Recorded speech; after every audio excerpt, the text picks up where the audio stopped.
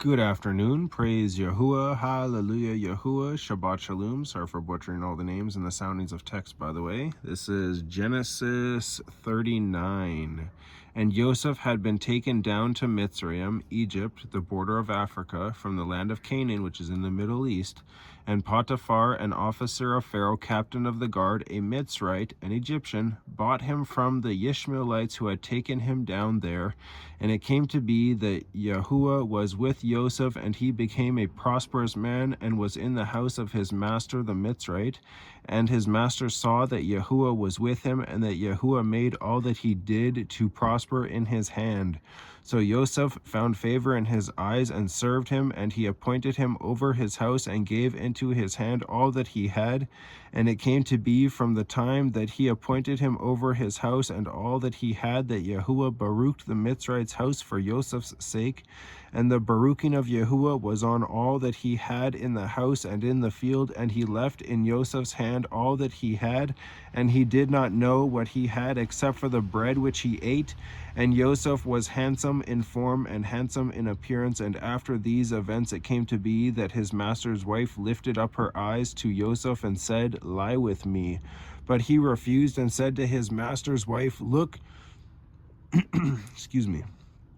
Look, my master does not know what is with me in the house, and he has given into my hand all that he has.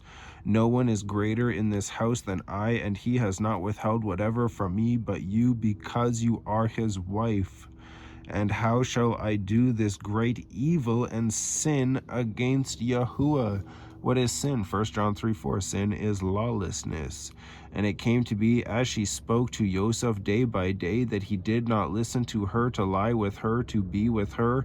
And it came to be on a certain day, when Joseph went into the house to do his work, and none of the men of the house was inside, which was kind of foolish given what he was experiencing, that she caught him by his garment, saying, "Lie with me."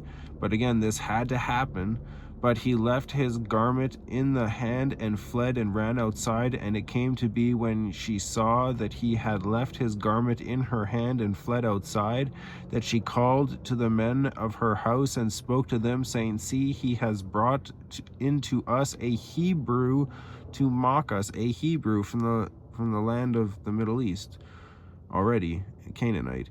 "He came in to me to lie with me, and I cried out with a loud voice. And it came to be, when he heard that I lifted my voice and cried out, that he left his garment with me and fled and went outside.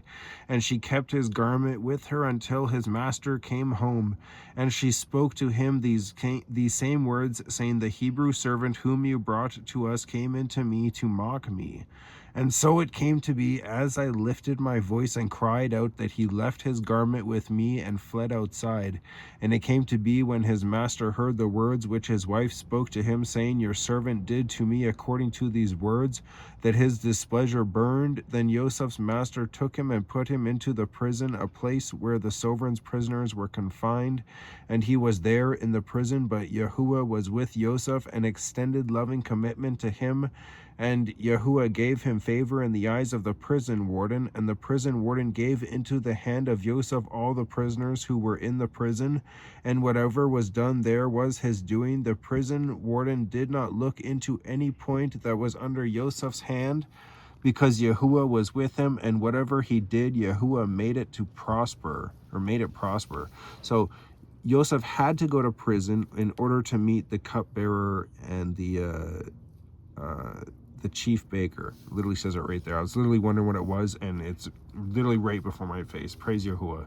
He had to go to prison in order to meet these two, in order for him to be remembered and brought back out, and then to go way beyond that, to have no doubt from anybody that he was the one that Yahuah has put here to help the world. Hallelujah, Yahuah. Shabbat Shalom.